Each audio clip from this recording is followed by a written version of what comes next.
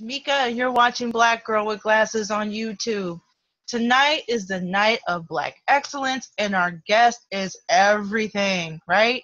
Besides being a single mom, she's an activist in her Georgia community, an African studies scholar, Africana, a writer, and a voice of wisdom on her popular Facebook platform. Please give a warm welcome to Amber Olivia Anderson.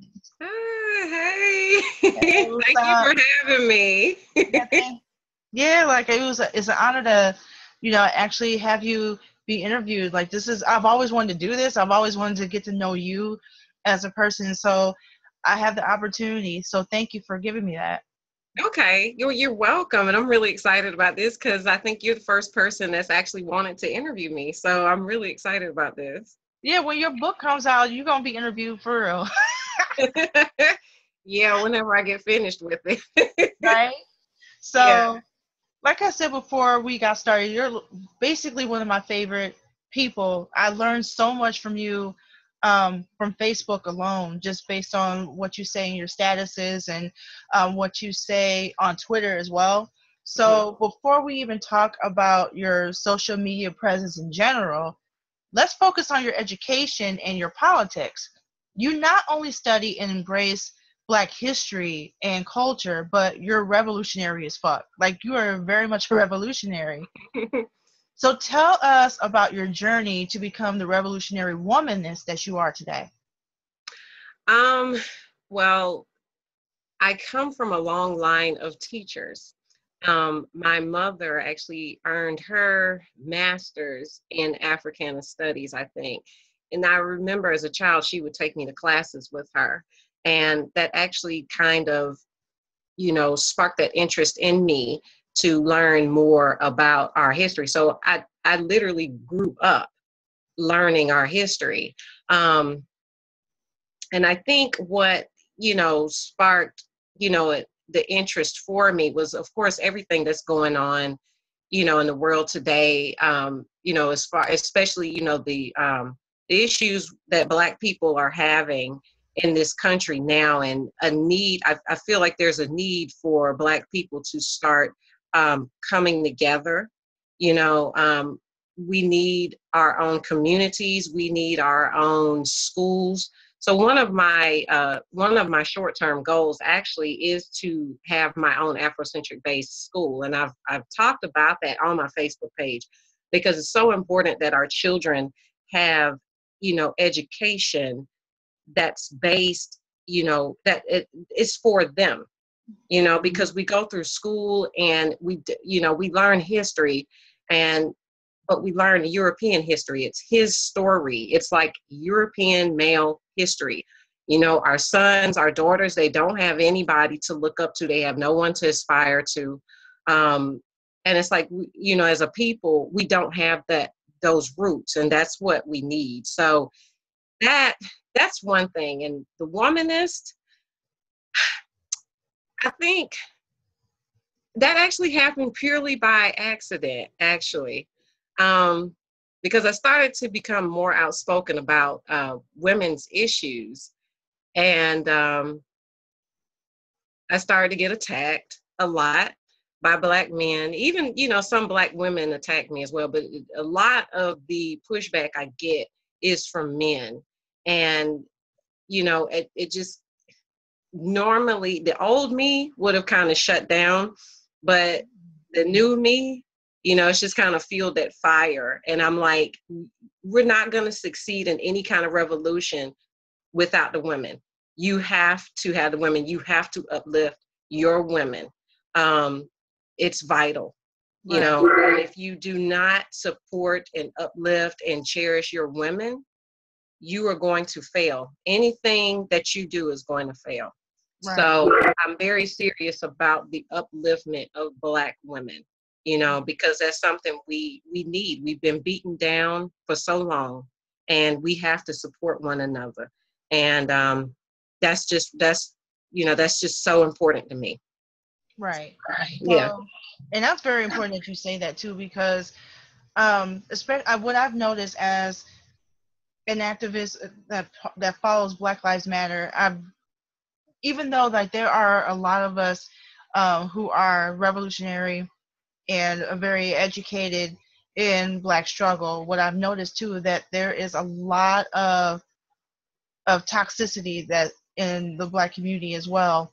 Yeah. I've heard story on top of stories about Black men mistreating their female counterparts and their female comrades uh, for whatever reason. Is I blame like toxic masculinity for that, um, and I feel like that is a detriment, that the whole power structure, like power structures in general, are very detrimental to the Black community as far as us trying to like outdo one another within the struggle. Mm-hmm. You see what I'm saying? Yeah, definitely. So so I'm glad you said something about that. And speaking of revolutionary, I remember watching a couple of videos of you being active at protests in your town in Georgia. I was wondering, what is it like for you to be an activist in your own town and in that state, in the state of Georgia, rather, as a political Black woman? One of the protests I think you saw me at was a protest for Alton Sterling and Philandro Castile, I think that's his name. Yeah. But that was one protest that I was at. And I'm gonna be perfectly honest with you. I had mixed feelings about it because, I understand, there's a need to bring, attention to the issue and, by protesting. And I think for younger people, it was good, like for, young people, teenagers and in their early 20s. I think that, it gave them a sense that they were doing something, but the very air of it, it was very festive. And it was very strange to me because it should have been kind of a solemn event, but it wasn't. It was very festive. And there was a lot, like I said, it was a lot of young kids out there taking pictures and holding signs. And I said, I really feel like a lot of these, a lot of the kids that were out there were just out there, just for, pictures for Facebook and IG, for likes and clicks. They're not really serious about, actual change. Right. And so, I think protesting is effective, but it has to have some kind of action behind it as well, and we've done a lot of protesting. And, like I said, it's got to be something else backing it up. So that was one that you saw me at. And I also do volunteer work with a Afrocentric organization here in Atlanta as well. But what they do is they actually go out into the communities, Black communities in the Atlanta area, and we walk through. And you probably saw me waving the RBG flag or whatever. And so we go out and they pass out literature. They talk to the residents, about building, about supporting Black businesses, investing back into the community, telling the men to protect the women and children.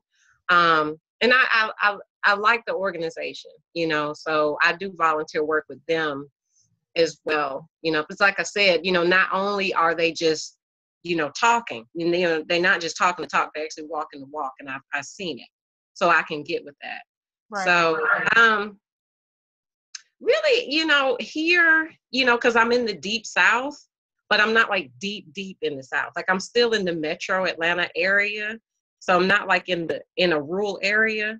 So it's actually not that bad. Like, I don't really live around a lot of, I hate to use the term rednecks, but I actually don't really I don't live around them, I actually live around more kind of progressive white people, probably more liberal minded. I don't really run into many issues. Mm-hmm. Luckily for me, because I wear my pro-Blackness like, a second skin. And I've been doing this, for years. So, like I said, I haven't really ran into any problems, which I guess is a good thing for me. Yeah, that's awesome. I feel too like I am actually active in an organization here in Rochester called Black, and that stands for Building Leadership and Community Knowledge. And Mm-hmm. basically, the group that you described is basically like Black. Yeah. So like they're not just about protesting, they're about literally building communities for Right. Black folks with Black people in mind. And so Mm-hmm. I was always looking for a group like that, and it sounds like that happened for you as well. Right. Yeah. Yeah. So now you mentioned your son a lot on Facebook too. Mm-hmm. Um, how do you prepare him for the world, like politically, emotionally, spiritually, physically, and psychologically, especially now that we have Trump as president? Um, you know, that's a good question because I know you noticed I talked a lot about what I feel like Black men need to do, for Black women and for their community. And one thing that I noticed is that a lot of times we as mothers, Black mothers, especially single mothers, we kind of contribute to this cycle of toxic masculinity by by coddling and sheltering our sons. And I had to make a point to not do that with him. I had to make a point to, teach him to be responsible and to be accountable, for himself and for his actions. And, he's actually, he's 18 now. And yeah, he's 18. I have an 18-year-old son. Yep. Why am I thinking that he's like 8 or 9 years old? No. My son is pretty much a grown man. It's so funny because, we had a conversation a couple of months ago, and he told me that he said, I'm the man of the house. And I said, excuse me? I said, ain't no man in this house. I'm the head of the household. He said, no, I'm the man of the house. He said, don't I pay bills? I said, well, yeah, you do. He pays bills. And, he says, I put gas in your car, right? I said, yeah. He says, I buy food. I said, yeah. And he said, well, then I'm the man of the house. And I said, you're right. I just went in my room and closed the door because he's absolutely right. And the thing is, he's extremely responsible. He's a good kid. He's never given me any kind of trouble. He had a little trouble with school, but he got himself back on track, and that's part of him being responsible and taking responsibility. And I've raised him not to be fearful. A lot of that's another thing that I'm not to criticize anybody's parenting, but we can't raise our children in this this spirit of fear. And I think that a lot of times people don't understand that words cast spells. So if you're sitting here saying I'm afraid for my son, I'm afraid they're going to shoot my son, I'm afraid they're going to kill my son, it's like you're speaking that into existence. And I told my son, I said, you are protected, you are safe. Don't worry about anything. But I said, if anything happens, I said, if you have to fight back, you fight back. I'd rather my son die fighting, on his feet than die begging for his life on his knees. And, mama didn't raise no punk. That's not, that's not how it's going to go here. Like I said, I didn't raise my son with the spirit of fear. So, like I said, he's great. And like I said, I just think it's important that, if I'm sitting here telling people, if I'm sitting here telling men, well, y'all need to be more accountable. You need to be more responsible. You need to do this. You need to do that. I have to raise my son the exact same way, because it doesn't make any sense for me to say that and then do the complete opposite with my son, So yeah, he's pretty woke. He pays attention to what's going on in the world. I took him to go vote, on November, November, when was it? November the 8th when we went? Yeah, I took him for the first time, to go vote, and he was happy. He felt like he did his duty. And I was like, then after he got done, he went to work. So I was like, okay, and another thing that I've stressed to him, I just want to say this too. I've stressed to him that he needs to find a wife. because a lot of times, like I said, with Black mothers, because especially if we're single, even though his father was pretty active in his life, he doesn't live in this house. So that means that he's basically seen me do everything. But I told him, I said, you don't want to make the same mistake that your dad did and, have children and don't have a wife. And you don't want to put a woman through the same thing that I had to go through. I had to struggle, So I've always stressed to him, no baby mamas, none of that. Find you a wife. We can break this cycle. We can break the cycle with our sons and this whole toxic masculinity and not taking responsibility. We can help these boys, we can instill in these boys to, want to be husbands, want to be family men, want to be providers and protectors. He understands what he needs to do as a man. So I just hope and pray that sticks with him for the rest of his life, So this actually brings me, I'm so glad you said that too, because that actually brings me to my next question about your Facebook, your presence. In fact, that's how we met.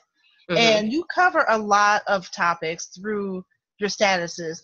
You talk about politics, self-care, romance, and the concept of being ratchet. So, I love your Trick Daddy post. I'm not going to sit here in front. So, what made you decide to use social media as a platform to educate the masses?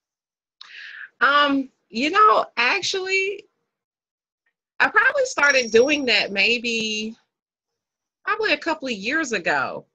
But the thing is that I just all of a sudden, like probably within this, it hasn't even been a year, just all of a sudden I've gained all these followers, So, and a lot of them are Black women. And I have a lot of Black women, that come, that add me as a friend. And as a woman, who was a teenage mother, I had my son when I was 17 years old. I actually had all my children before I was 21. I survived 2 domestic, violent relationships. I've been sexually assaulted, I've honestly just I've been through a lot and I'm still here, but it's like, I realized that I'm actually carrying around a lot of wisdom that could probably help somebody else. Mm-hmm. And the thing is that, I didn't, I love my mother to death, but it's a lot of things that she didn't really tell me. And I made a point, because I have 2 daughters as well. I have 2 teenage daughters. And I made a point to be very open with them, and talk to them and, try to help them basically.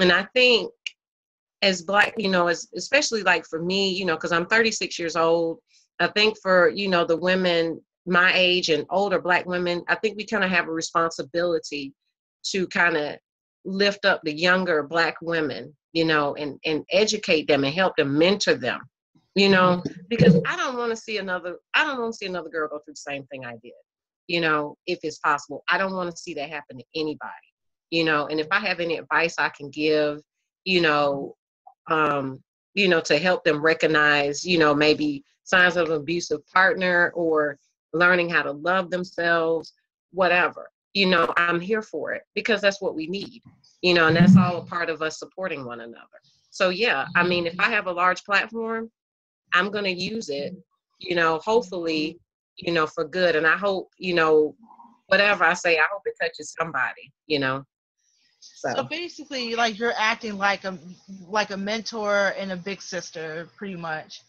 Yeah. So I was wondering, even though you're a college student, do you mentor? Or do you like physically mentor women and young girls as well, or I actually have on Facebook? I actually have. I have been a mentor before. I've done it a couple of times. There's group homes here. There's group homes everywhere, but there was a group home here in Georgia, and they had little, teenagers that were there, and they were wards of the state, and they had been, basically, with one of the little girls I mentored, she actually had been put out by her mother because her stepfather was raping her. Mm. So I actually mentored her for a few months. And then there was another little girl that I think her mother was actually pimping her for drugs. And I mentored her as well. And I liked doing it, but when I say it's so emotionally draining to do it, it's very emotionally draining. And that's something I would like to do again in the future, when I kind of get, you know, I'm still trying to get into the swing of things with school and things, but that's something I'd like to do again, because it's needed, especially like with girls like that and they're in the system and they're teenagers. It's like they get put in there and they're forgotten about, especially little Black girls. So I think I've made a couple of posts about this before. Like, if you can do it, if you can be a mentor, it doesn't cost you anything. Do it. You might spend maybe a couple of hours a week, but just doing even that can help, one of those little girls a lot. So definitely I want to do it again, and I would encourage anybody to do it. Yeah, you actually answered my question to a certain degree, because I do notice that you reach out to women and young girls, especially Black women, about trauma and mental illness and self-value, and you definitely speak from personal experience, just based on what I've heard, and I'm very sorry that you went through that. And I was wondering, like, when did you yourself realize that you were worthy of greatness, and when did you begin to embrace the fact that you're an amazing person and that you just are worthy of greatness? I think I started embracing it, I want to say a couple of years ago. I think I realized that, I was giving a lot and I was giving my all, and I wasn't giving it in return. So, and I realized that subconsciously, I didn't think I deserved it. I didn't think that I deserved anything good. I didn't think I was a great person. I thought something was wrong with me. And it's like literally I had to just kind of like figuratively sit in a corner and just by myself and just self-reflect. And I had to pull a lot of things out because because of the way that, because of the way that I was raised. And like I said, I'm not knocking my mother at all. She did the best she could, but just the type of woman that she is, she's just not that, she's not really affectionate. And, I can't really remember her just hugging me and, affirming me. And then, like I said, my child's father was abusive, so I dealt with that. A boyfriend I had was abusive. And so, it's just like all those things on top of things and top of things. And, it's like I had a lot of stuff to release before I could even get to know who I actually was as a person, before I could even find my voice. And then once I was able to do that, then I was able to start growing and realizing and accepting the fact that I am an awesome person. I have a lot to offer the world. And there's nothing wrong with me.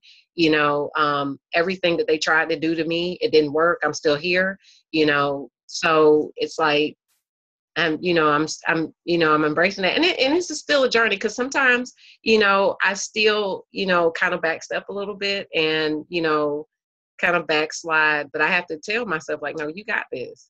Like, you that bitch, keep going, get up and keep going. And that's what I do. So you're very candid about being single and wanting to find a significant other. Yeah. And I want to tell you that I really appreciate that as a single woman myself.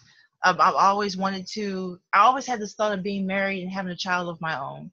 Yeah. But I've yet to find anyone suitable for that type of thing, because it's a lot of work. It's a lot of work to bring someone into your life and to bring your child into it.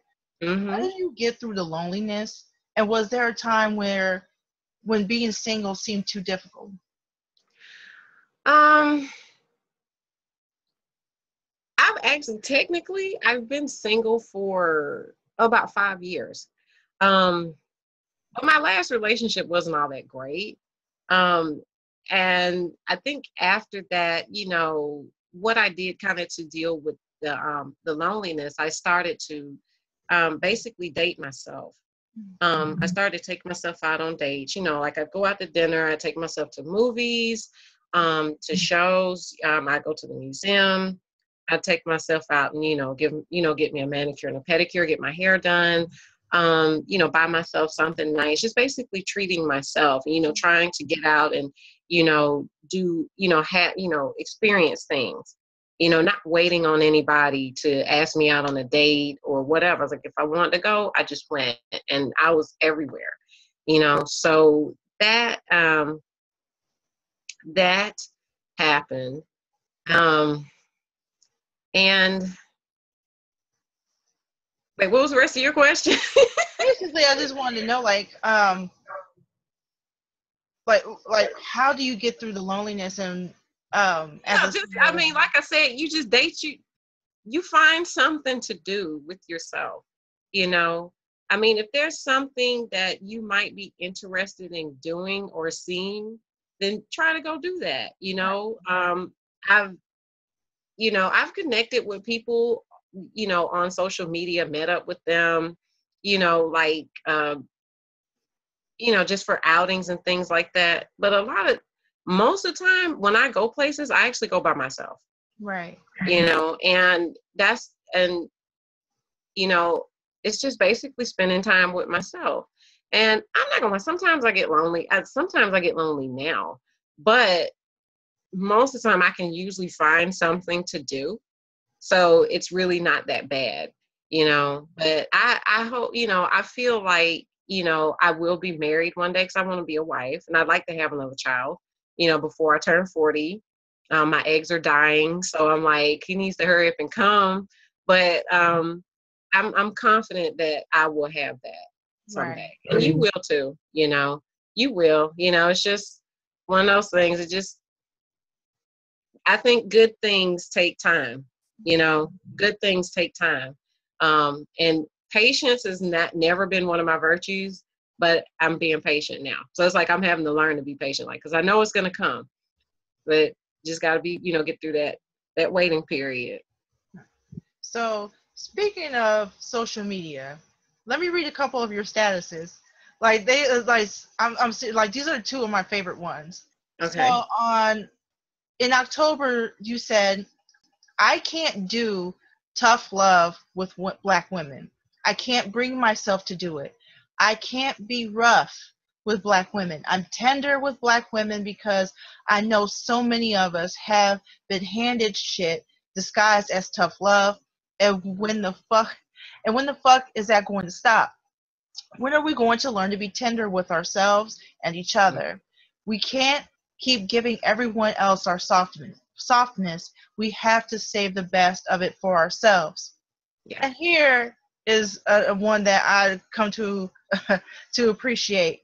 "Stop letting males come in you if they won't do basic shit for you, like fill up your gas tank when you drive to visit them, ask how you are doing, and if you need anything. And you can't call on them in the event of an emergency. I get Mm-hmm. being independent, whatever that means to you, but if you're dealing with a man that would willingly watch you drown and not offer a hand to help, then what's the point, sis? If getting a nut is that serious to you, save yourself the stress and trouble and buy a vibrator." And so I I read those because, and we mentioned this before. We mentioned this a few times. You do, like, you have wisdom, but you also have like these like ratchet tendencies that I really love about you. Like, seriously, for real. And one of the reasons why I like that is because you disregard, through your statuses, you disregard respectability politics, and you demonstrate that we can be professional and ratchet at the Mm-hmm. same time. Okay, so what advice do you have for women who wish to do both? You have to be yourself. You have to be yourself. And yourself, whoever you are going to be a multifaceted being.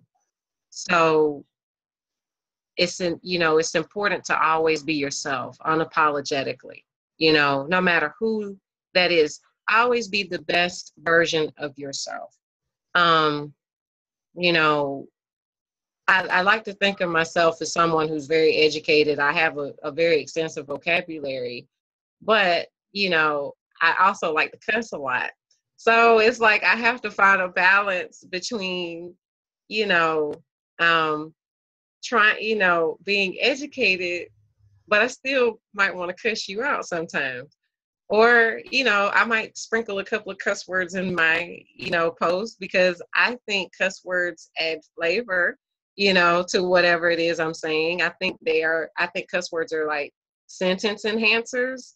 So, and then sometimes I type stuff out and I read it and I'm like, it kind of tickles me myself, because I'm silly, and that's one thing about me. Like, I'm very silly. I can be serious, but I love to laugh, because I think laughter is so important, especially for us, for us women, because a lot of times we don't have a lot to laugh about. So, I gotta laugh, and that means if I'm laughing at you or with you, I'm gonna do it, because I mean, just being able to cultivate a sense of humor has literally saved my life.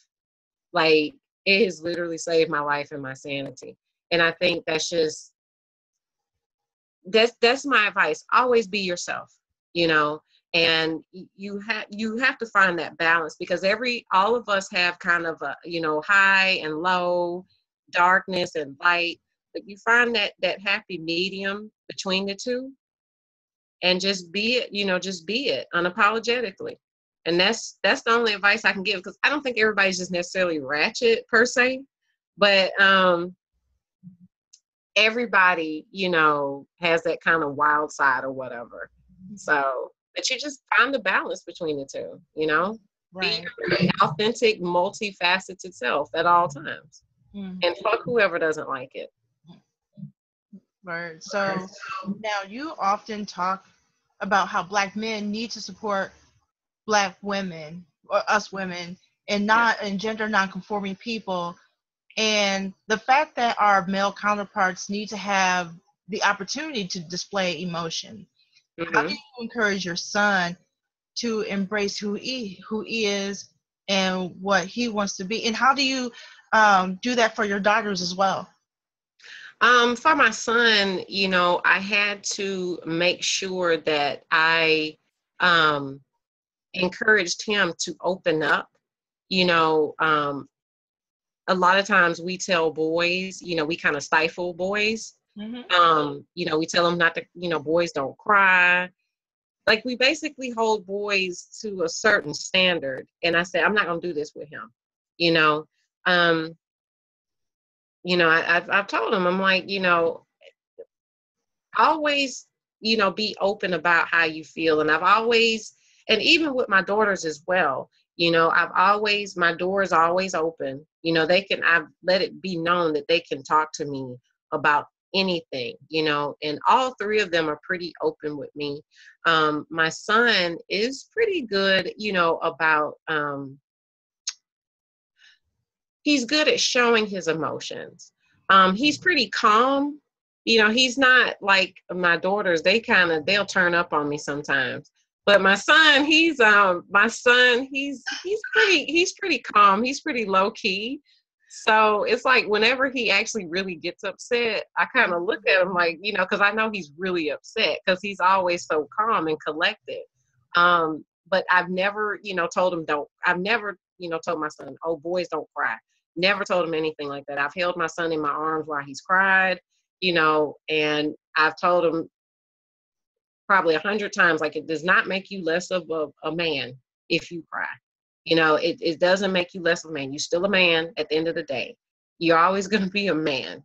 Showing emotions is not emasculating. I hate that word. I don't even, is that even a real word, or is that just something like some hoteps made up? I think it's something that because I was wondering too what that was. Like, yeah.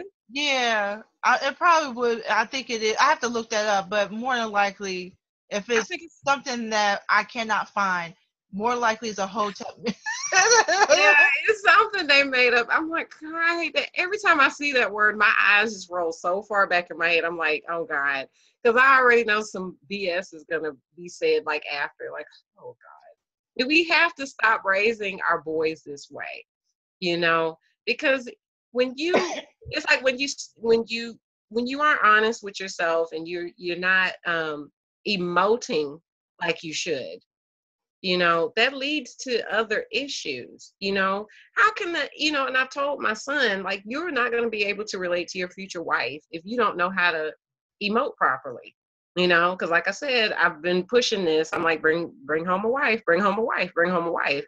And I'm like, you're not going to be able to, you know, you're not going to be able to emote if you can't open up, you know, and it's okay to open up. It's okay. And we have, you know, and I, of course, with my daughters, I've told them the same thing. And, but even, you know, with our daughters, you know, we still have to be careful with that as well, because a lot of times, you know, it's expected because we're women that we're going to be emotional. But I can tell you from personal experience myself, I actually had to learn how to express myself, you know, because I was so used to holding things in. And we have to be careful, you know, we have to be careful with that, just assuming that, oh, women are so emotional, women are this, women are that. Because, I mean, everybody's emotional. That's the thing, and there's nothing wrong with it. And you can express, basically what I've taught my children is to express your emotions in a healthy way, whatever that is. You know, always express it, but do it in a healthy way, something that's going to be productive, you know. So yeah, especially, and I really, like I said, focused on my son with that, because I can't send him out into the world, you know, being toxic, emotionally destroying women. You know, I can't do that. You know, I can't, for me, I can't do that. I can't do that to him. I can't subject any other, you know, young woman to that, you know, because I feel like my son is a reflection of me. Right. So, you know, because I'm the one, like I said, even though his father's been, you know, active, but I'm actually the one that's done most of it. So, you know, he is a reflection of me. So, with that being said, why do I sound like a frog? I hope I don't sound froggy. No. Okay. Maybe it's just the internet connection or something. So, moving on, like, who are your personal and political influences and why? Personal. My grandfather, actually, my late grandfather, he passed away 16 years ago.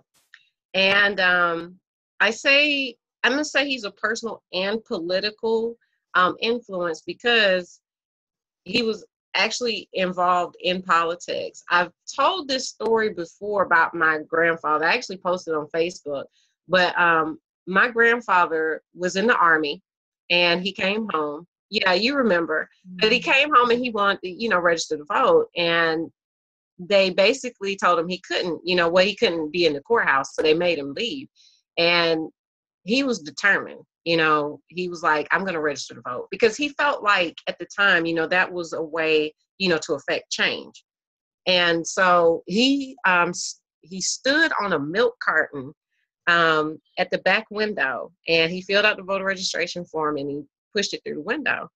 And after that, the Ku Klux Klan started calling his house, you know, and threatening his life. Mm-hmm. And, you know, he wasn't afraid. You know, he was not timid. He was not passive. He said, you know, whatever y'all gonna do, you know, do it. I'm here. And so since that didn't work, they came in full their ghost costumes with their pointy hats, and they came in a caravan driving past my grandparents' house. And my granddaddy was sitting outside waiting on them with a shotgun.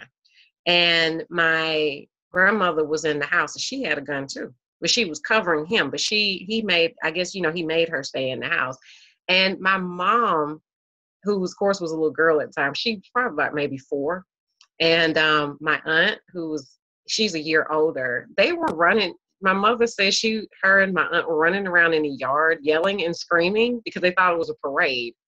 But my granddad didn't make him go in the house. I mean, I guess, he's basically just sitting there like I dare you, and he stood his ground, and I mean, at that time, in the South, a Black man that is willing to face the Klan and like, I dare you to kill me, and they did not, that's amazing. And my granddaddy, so many people respected my grandfather for that, because there were so many people, Black people that were scared. And I mean, I don't fault them for that, I don't fault them for that. You're dealing with the Klan. I mean, there's basically a terrorist organization, but like I said, my grandfather, he just was never that type of man. And like I said, not only did he register to vote, he also ran for office, in the city that he lived in. So he was also involved in politics as well. And so he's my influence, because I want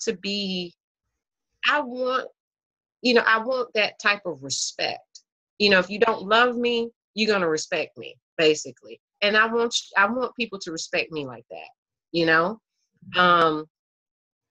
and I always liked the fact that, like I said, he not only voted, but he also ran for public office. He was also very heavily involved in local politics, which is actually, to me, that's actually important, because, you live in a city, so you need to know what's going on in the city or the town that you live in, who your city council members, and all that type of thing. It's not, people focus on the presidential election, but I'm like, it's more than that, and you're actually more affected on a local level. So that's something you need to pay attention to. That's something he always taught us. So he's absolutely my influence. And I miss him every day. And I hope, he's just somewhere smiling down on me, but he's definitely my inspiration. Like, if not to say I'm aspiring to be him, but I want that level of respect that he had. So that actually reminds me of my grandma. She was born in 1909, and Yeah. she was involved. Like, she wasn't actually involved, but she known about the riots. She because she lived in Springfield, Illinois, throughout her entire life, and she had stories on top of stories about the racism that she and her family endured, and how her family was pretty much afraid because the Ku Klux Klan were like walking around in the backyard, and her father had a gun, and how they had to hide underneath the bed and things like that. And it's like, that's why, like, our elders are very much, to me, their stories are very much, they're walking history. Their stories are history. It's like oral history, pretty much. Yeah, definitely. And I listen to my grandmother's stories all the time about how her sister, my Aunt Seal, pushed a girl down the stairs because she called her a cripple and a bunch of other stuff. Or how my grandmother went off on a white woman for calling her maid or calling her something derogatory. And those stories are very fascinating to me, because not only is it a part of my grandmother's history, or was a part of my grandmother's history. She passed away in 2004. Yeah. But it was another way for me, as a storyteller myself, it's another way for me to connect with my grandmother and connect to her life. And I believe in the afterlife, so she's with me all day, every day. She's one of my guides, Right.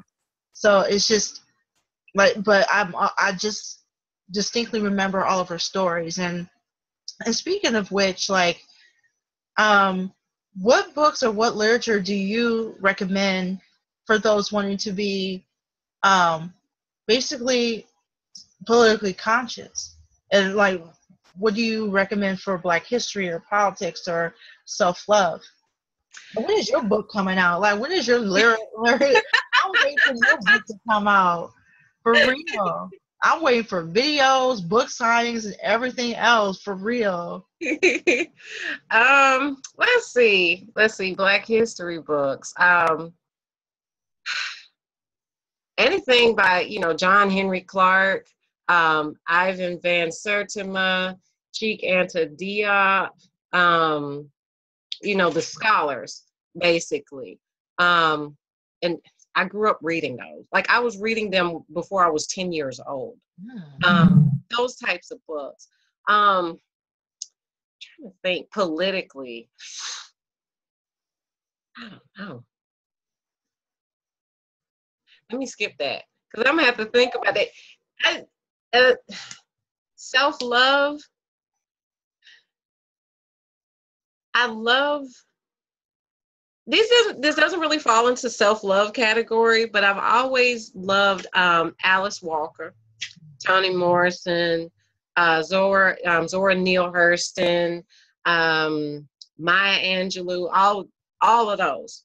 And I think in reading books like that, it actually helped me to discover myself.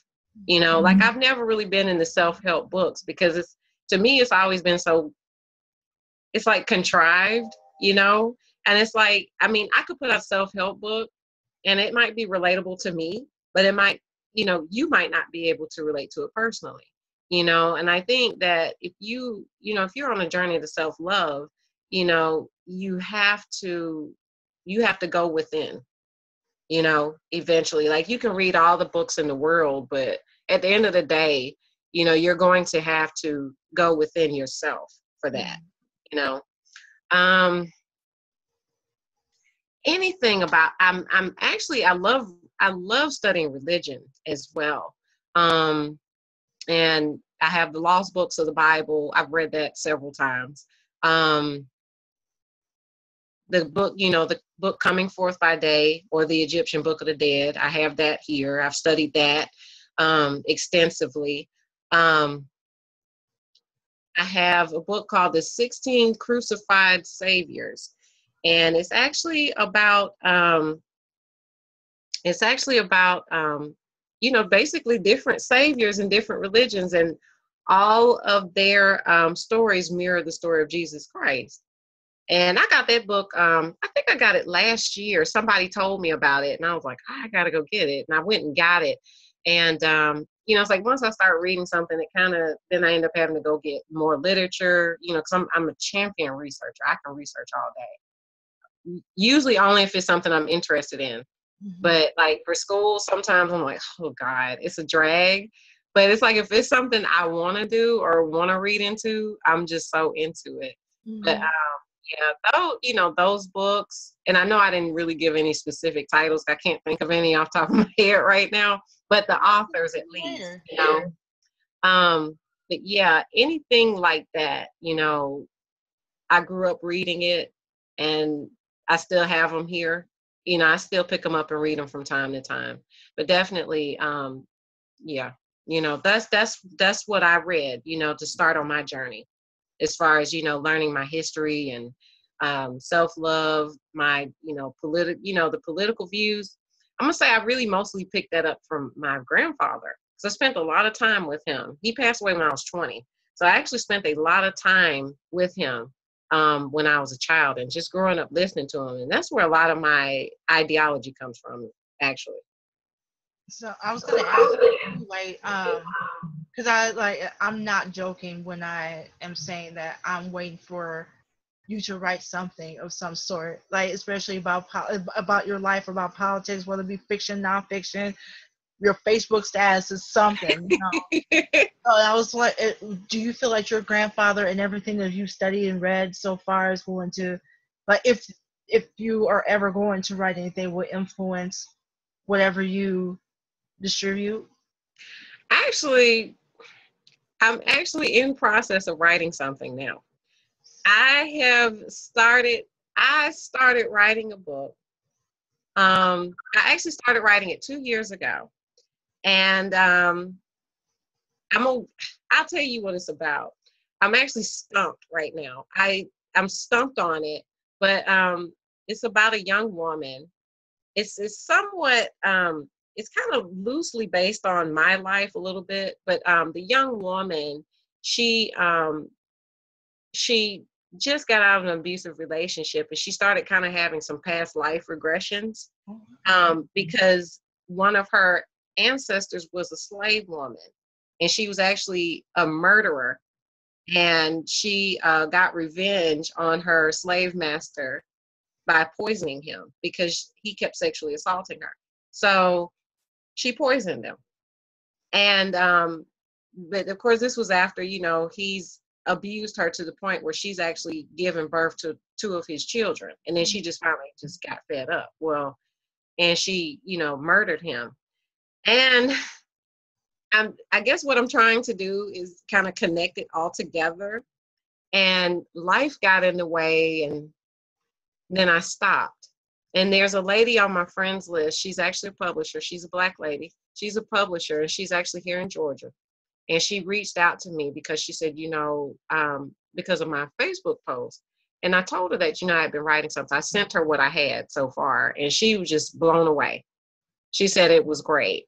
And so I'm hoping next year I will actually have my novel. I'm really trying to figure out where I'm gonna go with this. I think it's gonna be a good, it's gonna be good, because I said if I'm gonna write anything that's even close to a slave narrative, it can't be docile, like whoever, like they have to be a fighter.